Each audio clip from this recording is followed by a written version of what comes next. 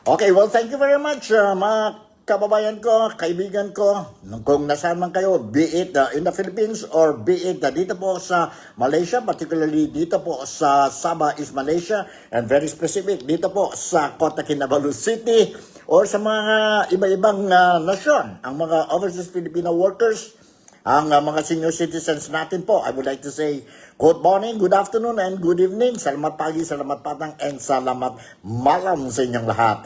Okay na okay. Today, ang weather condition po dito sa Sabah is Malaysia.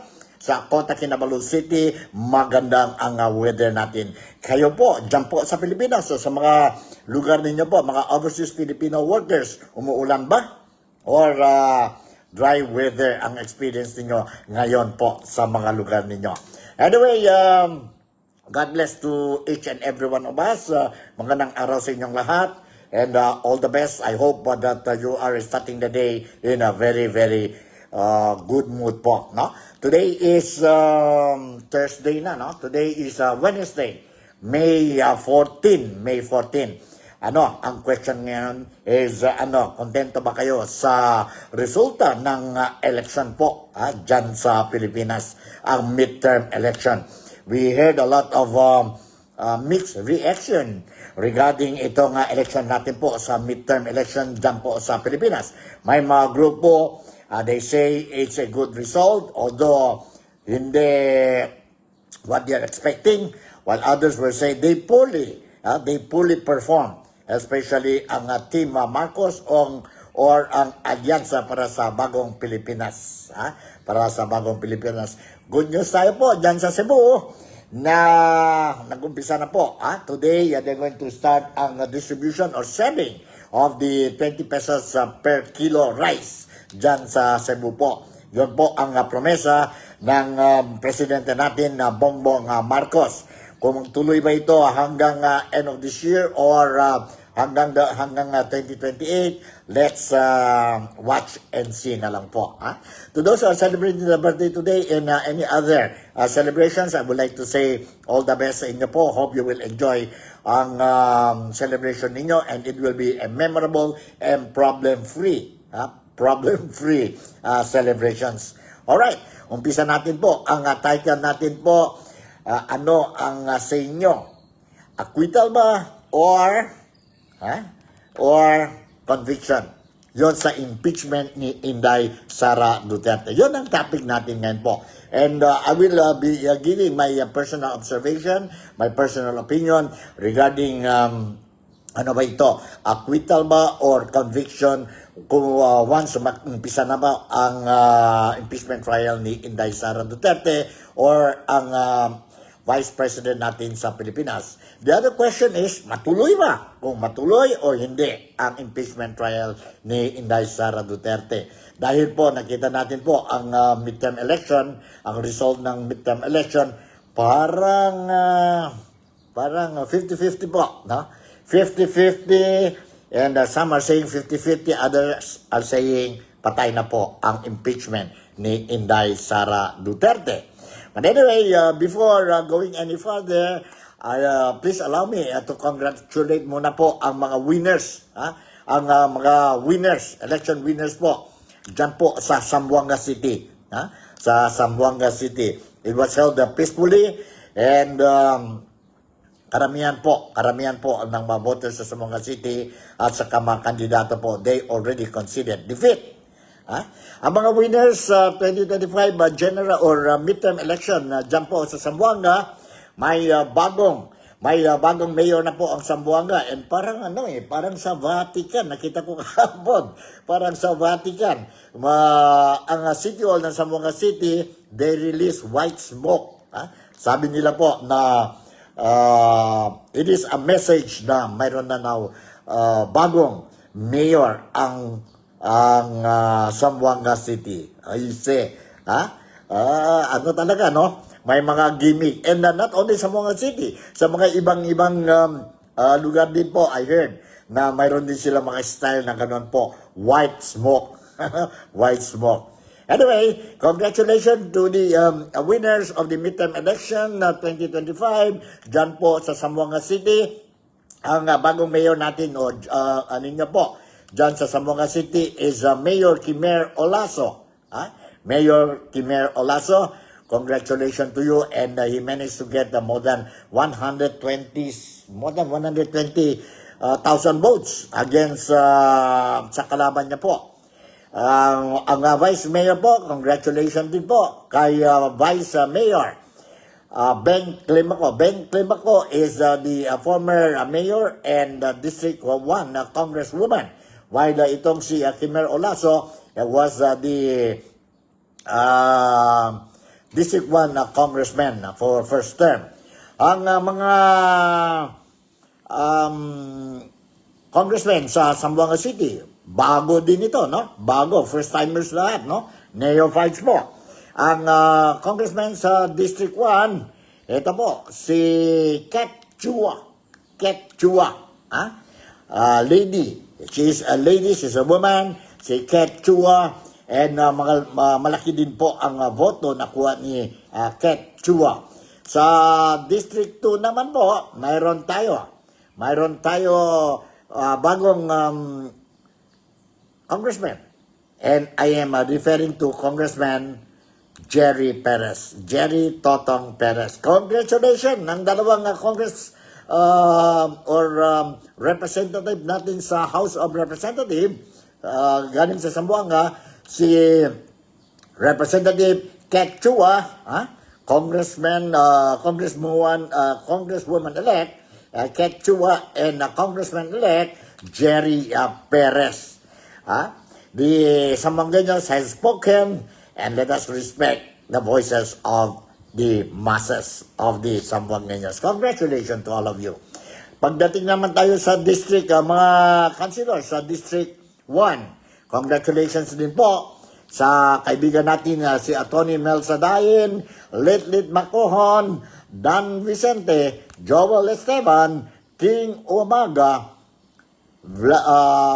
Vladimir Jimenez, Bong Atilano, Atty. Gian Enriquez. Yan po ang winners dyan sa District 1 sa Zamboanga City. Pagdating naman sa District 2, congratulations to the elected councilors, no? Elected councilors, and ito po, ang kaibigan ko, and very seasoned politician po, no? Nag-rest siya for 3 years, and bumalik po si BG Gingona. BG Gingona, congratulations to you. James Siason, congratulations to you.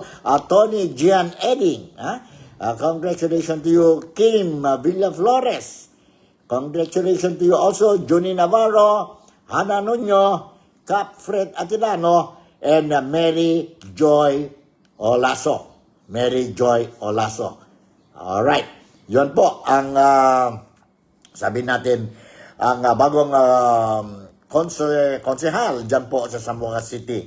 Congratulations to all of you. To all of you. From the mayor, vice mayor, and councilors.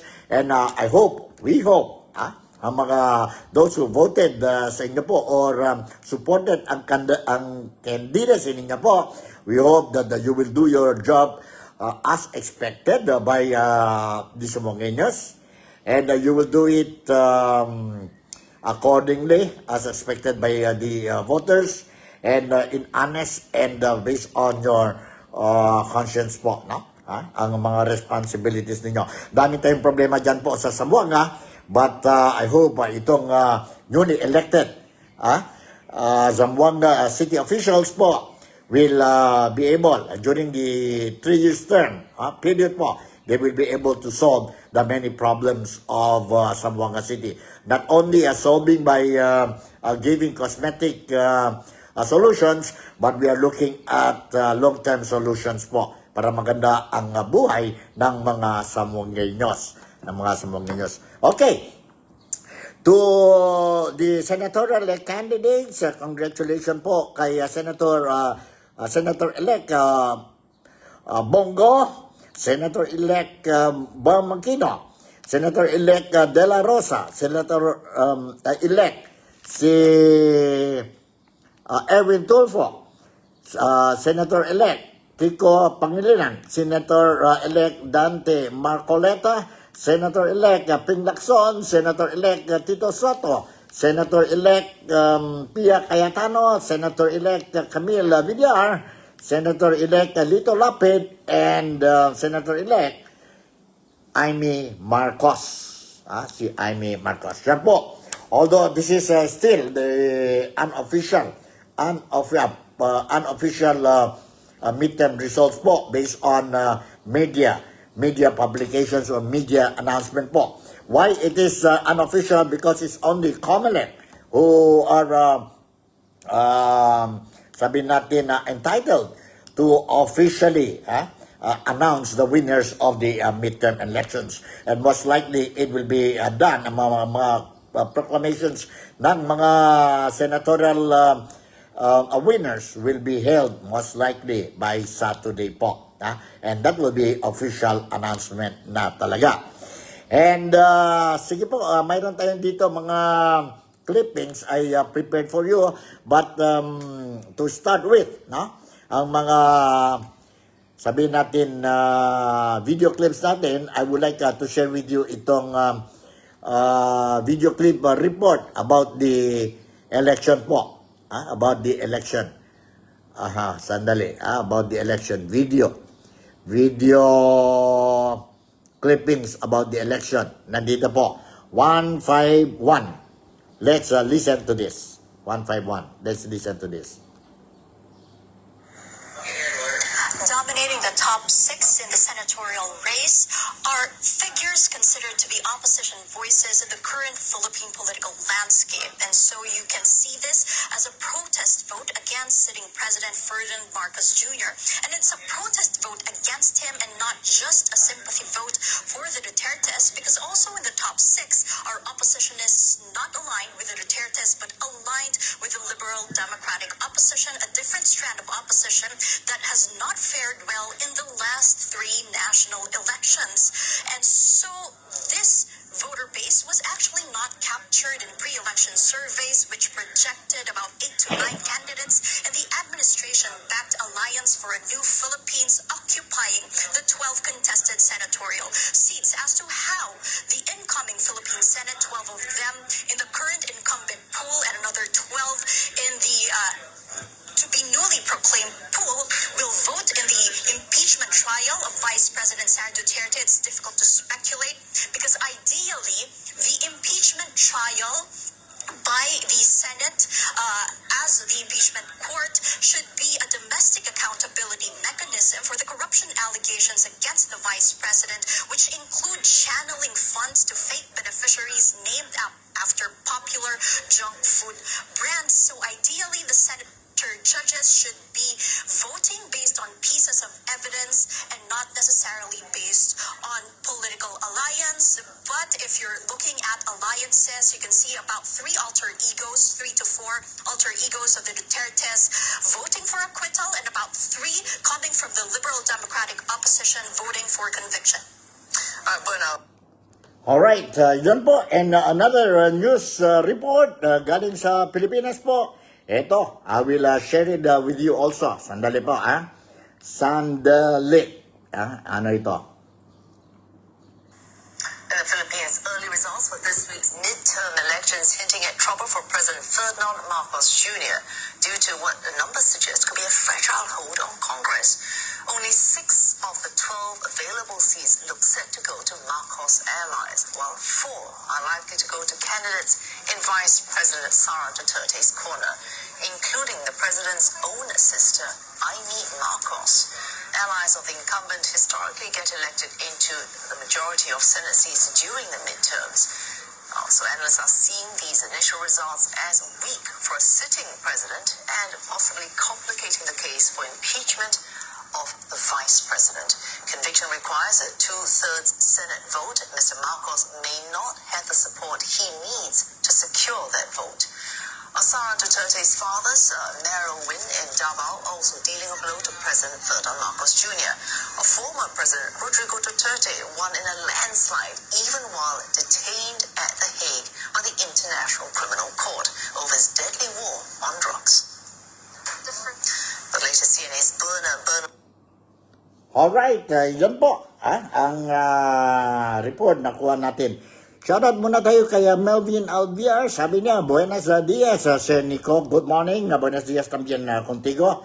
And I hope you're starting the day in a very, very good mood po. Okay na okay ang Wednesday ninyo po, no? I hope it will be a problem-free Wednesday para sa iyo, para sa pamilya nyo, at saka para sa lahat ng mga Pilipinas dito po sa Sabah, at saka kung nasaan mga kaibigan natin. Good morning, buenos dias to you again, Melvin Alviar. And don't forget, I will be touching on anong say ninyo, ma-convict ba si Inday Sara Duterte during the impeachment trial or hindi? Later on yan po, later on. In the meantime, I'll give you another video clip po regarding may mga, I think, a total of 19, 19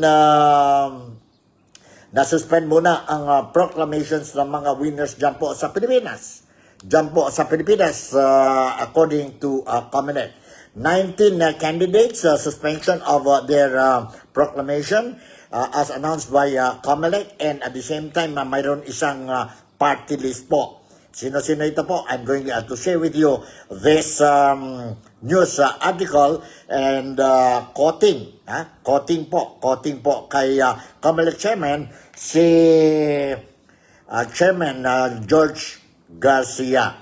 Shoutout muna tayo kay John Paul Atilano, who is also watching ang programa natin, Nick Talk, The Real Talk with Nico. Thank you very much, John, for watching itong programa natin. Dito po, malalaman ninyo po anong mga latest developments po sa mga updates natin tungkol sa Pilipinas midterm election. Sandali, nasaan na yon? Hanap muna tayo ang proclamation ba yun? Suspension of proclamation of 19 candidates and one party list. Let's listen to this report. Bilang proactive measure o hakbang ng Commission on Elections o COMELEC, 19 na mga lokal na kandidato ang hindi pinayagang may proklama kung sakaling sila ay nanalo sa ginawang halalan kahapon. Ito ay para hindi sila mawawalan ng restriksyon o ang COMELEC at kapangyarihan sa mga ito. Mag-a-assume pa naman sila sa June 30, alas 12:01 Sa June 30, June 30, 12:01. And because of that, the COMELEC will still retain jurisdiction. Monica, kabilang sa pinasuspinde ang proklamasyon ay si Marcelino Teodoro na tumakbong kongresista ng 1st District ng Marikina. Si Teodoro ay nangunguna sa nakakuha ng boto kontra sa kanyang katunggali na si Senador Coco Pimentel. Pinasuspinde rin ng COMELEC ang proklamasyon ni Attorney Harold Respicio na nanguna naman sa Vice Mayoral race Reyna Mercedes sa Isabela. Tinuligsa naman ni Respicio ang suspension order ng komisyon. Panalo po ako sa boto pagka Vice Mayor dito sa bayan ng Reyna Mercedes dito sa Isabela, pero hinarang po ng COMELEC ang aking proklamasyon dahil daw po meron akong disqualification case dahil sa mga ibinalita ko ngayong eleksyon na ito. COMELEC, namili na po ang mga mamamayan ng Reyna Mercedes kung sino ang gusto nilang mamuno sa kanila. Huwag na po tayong mas magaling pa sa kanila at i-countermand natin ang kanilang democratic mandate. Hindi rin pinayagang iproklama kung mananalo si incumbent Mayor Fatima Sali sa bayan ng Sali Panglima sa Tawi-Tawi, incumbent Mayor Belshazzar Abubakar ng Panglima Estino Sulu at iba pa. Isang party list din, Monica, na Pilipinas Babangon Muli o PBBM party list ang suspendido ang proklamasyon. Ang mga suspension order ng komisyon ay bago pa ang halalan, kaya hindi partikular na tinitingnan dito kung sila man ay mananalo o matatalo sa eleksyon. Paliwanag ng COMELEC, mayroon kasi silang mga nakabimbing kaso sa komisyon. Iginagalang naman anya nila ang mandato ng sambayanan na pumili ng leader, pero mayroon din silang trabaho na dapat gampanan. Mandate of the people. Siyempre po, highly respected natin ang mandato ng sambayanan. Kaya lang po, gusto rin namin na mag-exercise pa rin ang komisyon ng jurisdiction niya. Gusto namin magtuloy-tuloy ng exercise. And therefore, sabi ko nga po sa inyo, after this first 19, there can be another batch of those who are going to suspend the proclamation. Monica, maaari pa naman na pumunta sa Korte Suprema ang mga ito para sa kanilang legal remedy tulad ng kung gusto nilang hindi maipatupad ang suspension order ng COMELEC. Ang Supreme Court lang kasi ang maaaring pumigil sa COMELEC. Sa ngayon, wala pang impormasyon kung may dumulog na sa hukuman, partikular yung mga kandidato ngayon na leading doon sa bilangan. Samantala, Monica, sa ngayon ay nagpapatuloy nga itong canvassing ng boto na nakuha ng tumakbong senador, party list ng COMELEC and Bank na tumatayong National Board of Canvassers o NBOC. Kabilang sa mga nakanvas na, Monica, ay ang local absentee voting, ang boto na mula sa Ifugao, Baguio, Timor-Leste, Chile, Jordan at iba pa. So sa ngayon, Monica, nasa 13 na mga certificate of canvass ang nakanvas itong National Board of Canvassers at alas 6 ngayong gabi ay nag-resume muli. Okay, yun po ang report natin tungkol sa 19 candidates suspended ang proclamation nila and one party list. And I would like also to congratulate ang mga winners dyan po sa probinsya ng Basilan. Ang mga hataman po, no? Nanalo. Unfortunately, si Muji Pataman, he didn't make it. No? He didn't make it. Now, sa Sulu, ang mga Tan family, mga kandidato, galing sa Tan clan, nanalo din. No? Nanalo din. And of course, sa Tawi-Tawi, si incumbent na governor, Ismael Mang Sali, retained or defended his governorship post. And still now, the governor of Tawi-Tawi. And I would like to say also to Mayor Kwe, sabong nga po, no? Congratulations to you. To my friend, ang si former mayor of Turtle Island, malapit lang ito po sa Sabah, si Jamalul, si Faisal Jamalul. He's the incumbent mayor, but this time around sa midterm election, he ran as a vice mayor. And congratulations for your victory, and of course to your wife who has been elected, no? As a mayor of Turtle Island for the first time. Si Mayor Sayang Jamalul. Congratulations to you, and lahat po ang mga winners dyan po sa Tawi-Tawi. Likewise, I would like to say congratulations to all the winners dyan po sa probinsya ng Sibugay. Probinsya ng Sibugay. Congratulations din po ang mga winners dyan po sa Davao. Congratulations sa dating presidente natin, si President Rodrigo Roa Duterte, landslide po. At saka ang lahat ng mga kandidato ng PDP Laban, those are supporting, ang mga kandidato supporting sa Duterte clan, nanalo po, no? Congratulations to all of you. Alright, umpisa natin itong issue. Anong say ninyo po tungkol sa impeachment ni Inday Sara Duterte? Tuloy ba ito? Kung sakali matuloy, ma-impeach ba siya or ma-acquit? I will share with you itong my personal outlook, observation po, no? Tungkol sa issue na ito, because nakita natin po itong midterm election, whether you like it or not po, no? Midterm election is an election, parang assessment ito ng presidente for ang incumbent president.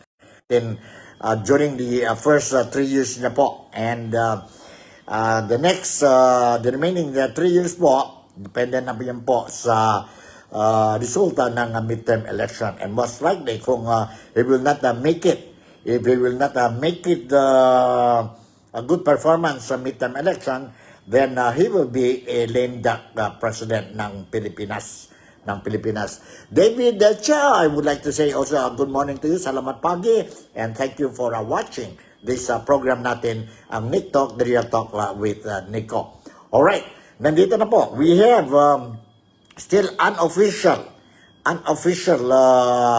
midterm election result sa mga senatorial candidates, no? Now, let's go one by one. And let's have a look at it sa midterm election, senatorial race, si number one, si Bongo. Ano ba? Si Bongo, will he vote for, in the event, matuloy itong impeachment ni Inday Sara, will he vote for acquittal or conviction? Obviously, Bongo will go for acquittal. Si Bam Aquino, for me, Bam Aquino, knowing Bam Aquino, I think he will be going for conviction. And De La Rosa, again, obviously for acquittal. Si Erwin Tulfo, identified with the Marcoses, I think he will go for conviction. Kiko Pangilinan, just like Bam Aquino, I think, although hindi talaga sila very vocal when it comes to the impeachment, no? But because they won a lot of, or they managed to get a lot of votes dyan po sa Luzon areas, no? I believe, siguro po, no? This is my own opinion, si Kiko Pangilinan will go for conviction. Ibig sabihin, mayroon na tayong 1, 2, acquittal, 1, 2, 3, conviction. Now, punta tayo kay Dante Marcoleta. 100% po, Dante Marcoleta, very vocal din tungkol sa kidnapping of Tatay Digong, and now under the custody of the ICC, 100% po, si Dante Marcoleta will go for acquittal. So, 1, 2, 3. And then, mayroon tayo 1, 2, 3 din ang conviction. Now, si Ping Lacson, although hindi talaga siyang very vocal, but siguro, how I look at it, 50-50 to si Ping Lacson going for conviction. Same thing goes to, alam na natin po, Ping Lacson and Tito Soto, sa alyansa sila po, and most likely they will go for conviction. Now, si Pia Cayetano is, I look at it, 50-50% siya po dahil she ran under the banner of the Alyansa para sa Bagong Pilipinas, and kay Marcos yun po. But we have to consider also ang kapatid ni Pia Cayetano, si Alan Cayetano is very vocal and talking about the legalities of the surrendering of Tatay Digong to the custody of International Criminal Court or ICC. So most likely, Pia Cayetano will be going for acquittal. Now, Camille Villar, very known name dyan po sa Pilipinas. Ang tatay niya po is the richest man sa Pilipinas and very close Duterte family. I am giving her, I think he will go for acquittal. Dito lapit sa Alyansa para sa Bagong Pilipinas, I think he will go for conviction, while si Amy Marcos, ang super ate ng presidente ng Pilipinas, si Bongbong Marcos, and being endorsed and very vocal about what happened to Tatay Digong, I am giving her acquittal. I think she will go for acquittal. So, ibig sabihin, ito mga bagong elected senators natin, mayroon tayong 5 acquittal and 7 conviction. 7 conviction. Okay, punta na naman tayo dito sa sitting senators. Sitting senators. Umpisa tayo kay, sino ito? Ang sitting senator. Alan Pia Cayetano. Ayan na Cayetano. As what I said, very vocal siya po, no? About the technicalities in bringing si Duterte sa ICC. So, I go for acquittal. JV Ejercito, doubtful ako po. He's very quiet on this thing, on this issue. 50-50. I put it at 50-50. 50 sa acquittal and 50 sa conviction po. Depende ang mga ebidensya po during the impeachment trial. Now, si Chis Escudero being the Senate President, and of course, identified din siya po sa Marcoses, I think he will go for conviction. Si Gatchalian, si Gatchalian, okay, si Gatchalian is, or punta muna tayo kay Jinggoy. I am giving si Jinggoy, I think Jinggoy will vote for acquittal. He remembers what happened to his father, the former president of the Philippines, Joseph Estrada. Mayroon din a conviction complaint or impeachment complaint against his father po. And he's also vocal on this thing, and I think Jinggoy Estrada will go for acquittal. Okay, Gatchalian, Senator Gatchalian, of course, I think because of the brother, nasa one of the secretaries of Bongbong Marcos, most likely conviction ito. Risa Taveras, 100% conviction. Loren Legarda, I look at it, acquittal. Ruben Padilla, obvious, acquittal po. And Raffy Tulfo, although independent candidate ito po, but identified din siya po dyan sa Marcoses, most likely, conviction din ito. Now, let's go to Joel Villanueva. Si Joel Villanueva, I look at it, acquittal din ito si Villanueva. Now, Mark Villar, definitely acquittal. And Subiri, I believe acquittal din po ang decision niya. So in other words, when we talk about ang newly elected senators plus ang sitting senators po, mayroon tayong, so kailangan lang ni Inday Sara Duterte 9 votes of acquittal para wala na siyang problema sa impeachment trial po. So that's how I look at it sa impeachment trial ni Inday Sara Duterte. There is also a possibility based on the a number of supporters nanalo po sa midterm election. There is a possibility also po mag-drop na lang itong impeachment ni Inday Sara Duterte. Ni Inday Sara Duterte. Yan po ang how I analyze, how I observe, how I see ang resulta ng midterm election tungkol sa impeachment of Inday Sara Duterte.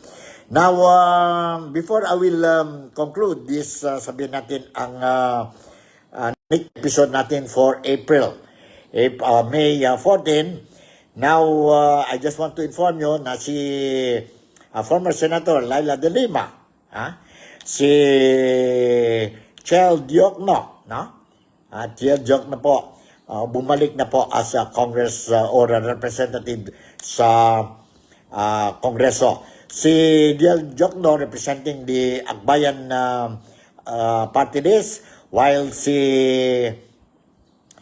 Laila de Lima, isang first nominee po ng isang party list din dyan po sa midterm election. So, in the meantime, ito na po ang natin, ang latest update sa tungkol sa election or midterm election. And very soon, the COMELEC will be announcing ang official result ng midterm election. But klarong-klaro na po kung sino-sino po ang nanalo sa senatorial race sa midterm during the midterm election. To sabihin natin na congratulate lahat po ang mga election. So with this siguro hanggang dito na lang po, and I will make sure that shout out muna tayo kay Mary Lupentojo is also watching itong episode natin May 14 po, May 14. Good morning to you and hope everything is running smoothly dyan po sa Kuala Lumpur. Si Mary Lou Pintodio po ang better half ko po. Ingat lang kayo dyan, mami. And miss you too. Miss you. Good morning, Nick Talk, sabi ni Mary Lou Pintodio. Mary Lou Pintodio. So, siguro hanggang dito na lang tayo. And of course, today I'm scheduled to go to the Philippines. And I will be going to Zamboanga City. And since may bagong, sabihin natin, mayor na tayo, I will try to find time. I will try to find time talaga po to interview ang bagong mayor ng Zamboanga City. And kung because I want to ask some questions, queries sa bagong mayor si Kimera Olaso regarding ang relationship between Zamboanga City and Sabah, particularly Sandakan, ang mga deportation ng mga Filipinos po. Ano-ano mga plano niya, ang trading activities between Sabah and Zamba Sultan or Zamboanga City po, Zamboanga City, because Sabah is very potential to help Zamboanga City in terms of trading, para push down din po ang mga presyo ng essential commodities dyan po sa Zamboanga. Marami tayong dito mga goods, Malaysian products po that we can sell sa Zamboanga City at ang pricing ng mga commodities mas mura tungkol against ang mga Philippine products po. And it is not surprising to the consumers sa Zamboanga City po when it comes to Malaysian products, because karamihan ng mga consumers sa Zamboanga City, they love Malaysian products po. Malaysian products.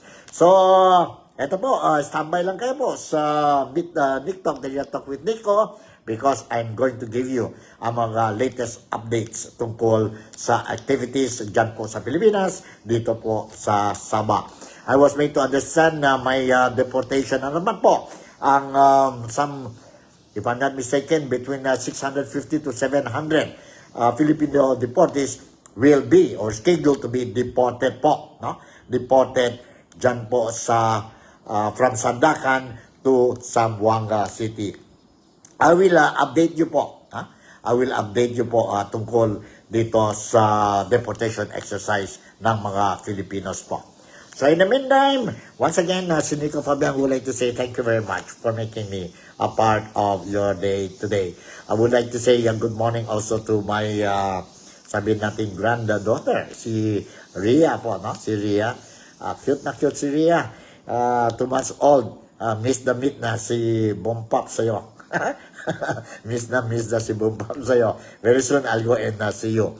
So, with this, again, I would like to say, I hope, wish you all a problem-free Wednesday. And sana lang po, you do your best during the week. Halfway na tayo po, Wednesday ngayon. And I hope that this week will be a problem-free week para sa ating lahat. With this, congratulations to all of you. God bless you, and Malaysia, Sabah, the Philippines, God bless us all, and see you in my next episode. Bye!